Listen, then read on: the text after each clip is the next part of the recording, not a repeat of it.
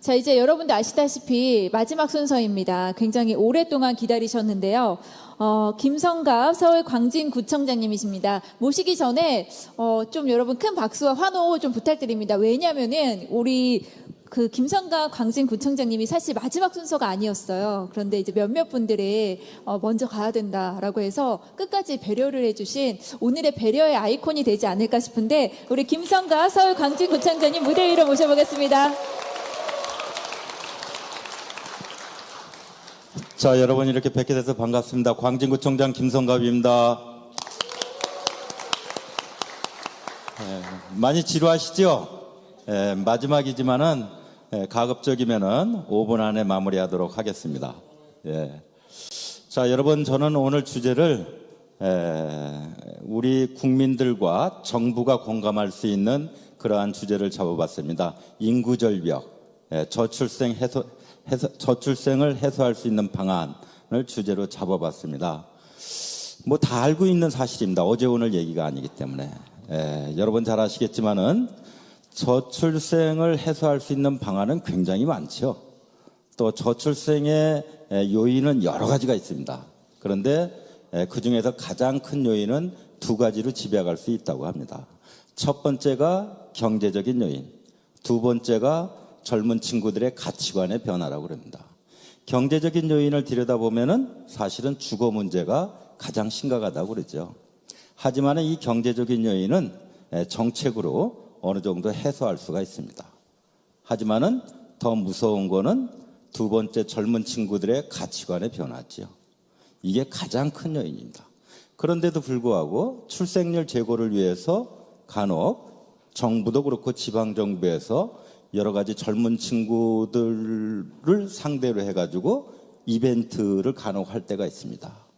물론 일부는 영향이 있을지 모르겠지만 저는 큰 영향은 없으리라고 봅니다. 왜? 이미 가치관이 본인은 가족, 결혼, 가정에 대한 거기에 대한 큰 의미 부여를 안 하는 게 딱 정립이 돼 있는 그런 친구들을 상대로 이벤트 한다라는 거는 아무래도 의미가 축소될 수밖에 없겠죠. 그래서 광진구에서 고민한 거는 아까도 말씀드렸지만 이제 저출생 제고 굉장히 어려운 난제입니다.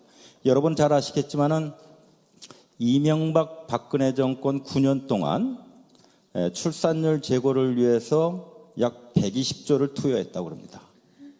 그러면 연간 평균으로 해가지고 한 14조 정도 예산을 투여한 거죠. 그런데도 불구하고 변화가 없습니다.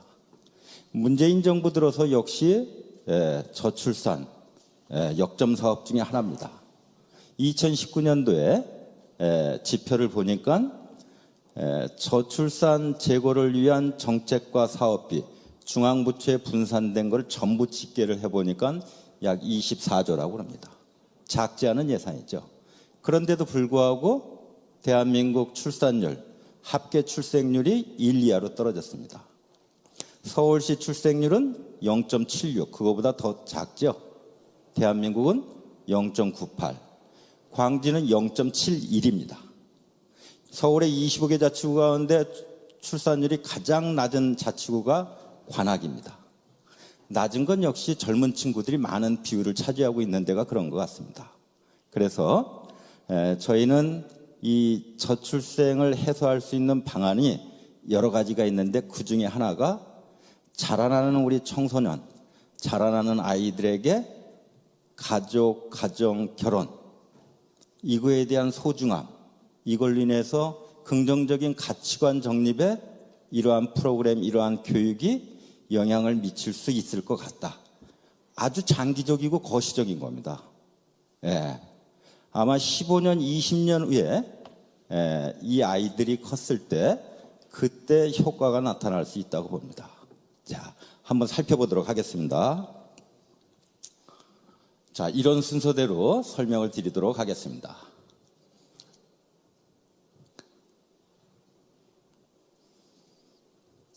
자, 이렇게 바라보시면은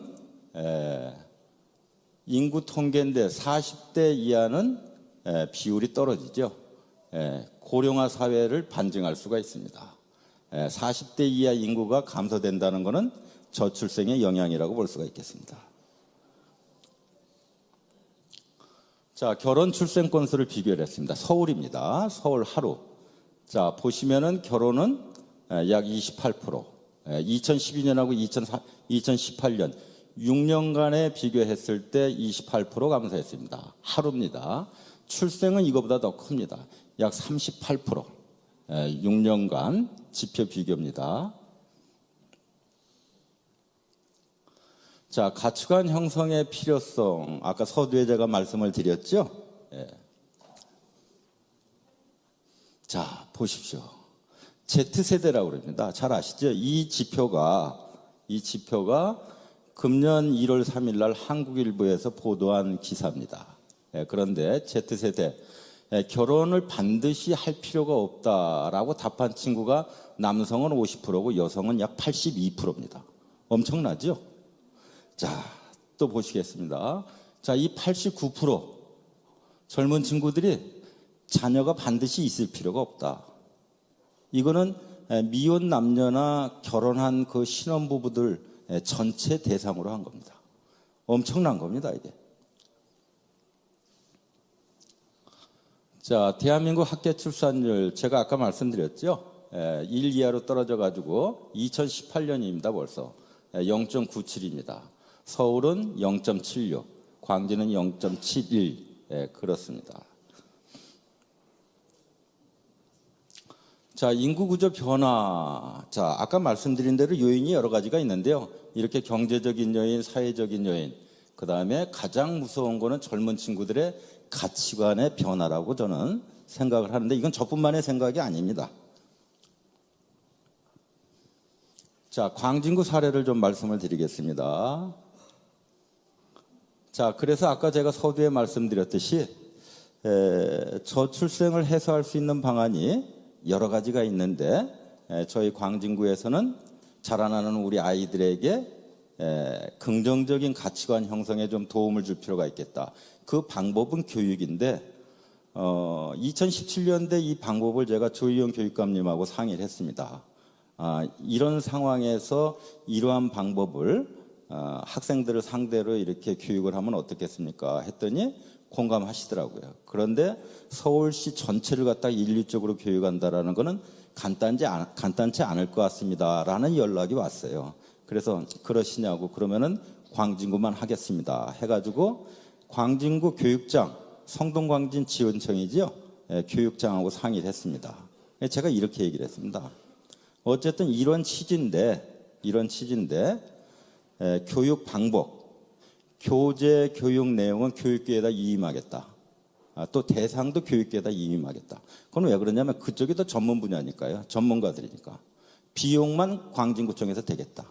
한 가지 메시지를 줬습니다. 그런데 아이들을 상대로 교육에 들어가기 때문에 주제가 좀 딱딱한 주제이기 때문에 좀 재밌게 할 수 있는 방안을 강구하라. 그 얘기만 부탁을 드렸습니다. 그래서 2019년 작년이죠. 작년 초에 우리 광진구가 초등학교가 22개가 있습니다.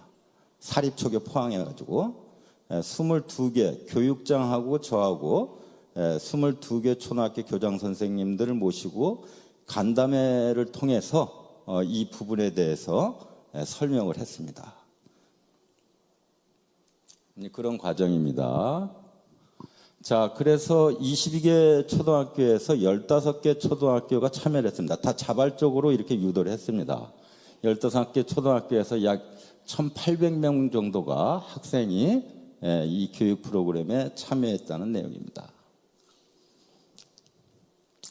자, 그 교육 프로그램에 참여한 그 학생들을 상대로 끝나고 나서 나만의 스토리북이라는 걸 이렇게 한번 만들어 보라고 그랬더니요. 이 내용을 보면은 나중에 커가지고 남편이랑 뭐 막걸리 한잔 하겠다. 이거는 매체의 영향인 것 같아요. 제가 봐서는. 초등학생들도 요새는 굉장히 성숙하잖아요. 매체의 영향인 것 같고 또 이거는 뭐 생명으로 가득 찬 세상 가정을 만들고 싶습니다. 글쎄 좋은 영향을 받았는지는 뭐 좀 이르다고 봅니다. 사실은. 그런데 여러분 제가 아까도 말씀드렸듯이 이 교육 프로그램으로 인해 가지고 아이들의 그 가치관의 변화가 어느 정도 영향을 미칠지는 알 수가 없는 거고 또 길게 보기 때문에 앞으로 이 친구들이 결혼 정년기, 지금은 이제 정년기가 뭐 몇 살이라고 얘기할 수도 없겠지만은 어쨌든 이 아이들이 30 전후가 되려면은 한 15년, 20년 돼야 됩니다. 예. 굉장히 이거는 거시적인 거기 때문에 나중에 어떤 영향, 어떤 효과가 나올지는 조금 불투명하지만은 저는 각동 지표를 갖다가 제가 분석해 봤을 때 이런 가치관의 변화가 가장 무서운 거기 때문에 자라나는 우리 아이들이 가정, 가족에 대한 긍정적인 가치관을 갖는다는 것은 굉장히 저는 효과가 있으리다. 이렇게 저는 확신을 하고 있습니다. 여러분 잘 아시겠지만은 이 출생률 제고는 말입니다. 이거는 근원적인 거는 정부에서 해야 됩니다. 정부에서 해야 되는데 지방정부에서도 다 하고 있습니다. 지방정부에서. 그런데 근원적인 방안이 아니죠. 어떻게 보면 지역적인 사안을 일부 하는데 그중에도 대표적인 게 전국 기초자치단체에서 빠지지 않고 하는 게 출산장려금입니다. 우리 광진구 같은 경우에는 10만 원, 30만 원, 50만 원, 100만 원, 500만 원입니다. 첫째, 둘째, 셋째, 넷째, 다섯째. 이 출산장려금은 지방에 비해서 서울이 낮을 수밖에 없습니다. 그런데 저는 작은 의미를 부여할 수는 있지만은 과연 이 출산장려금을 지급한다고 그래가지고 결혼한 친구들이라든지 이런 친구들이 출산 계획의 변화에 영향을 미칠 수 있을까요? 저는 아니라고 봅니다. 근데 우리들한테 문제가 뭐가 있느냐? 영향과 효과나 효율성이 없는데도 불구하고 한 번 제도를 만들어가지고 지원을 한 다음에 이걸 스톱한다. 주었다 뺏는다. 적나라한 표현으로. 그럼 또 엄청난 저항이 따라요. 하지만은 저는 지방정부나 중앙정부나 이 출생령 제고를 위해서는 굉장히 많은 재원이, 많은 예산이 투여되고 있는데 이제는 진짜 출생을 자극할 수 있는 정책에다 플러스 알파 할 필요가 있다. 의례적인 정책과 사업을 이제는 지향해야 되겠다. 그렇게 했을 때 이게 재고가 조금 될지는 모르겠지만은 그냥 이 상태로는 저는 쉽지 않다라는 생각을 좀 가져봅니다. 자, 제안 사항은 뭐 이미 제가 중간중간에 말씀을 다 드렸기 때문에 이걸로 가름하도록 하겠습니다. 자, 여러분 좋은 시간 되셨는지 모르겠고요. 금년 한 해도 건강하시고 새해 복 많이 받으시기 바랍니다. 고맙습니다. 네, 마지막까지 배려해 주시고 기다려 주신 또 우리 김성갑 서울 광진구청장님께 다시 한번 큰 박수 부탁드립니다.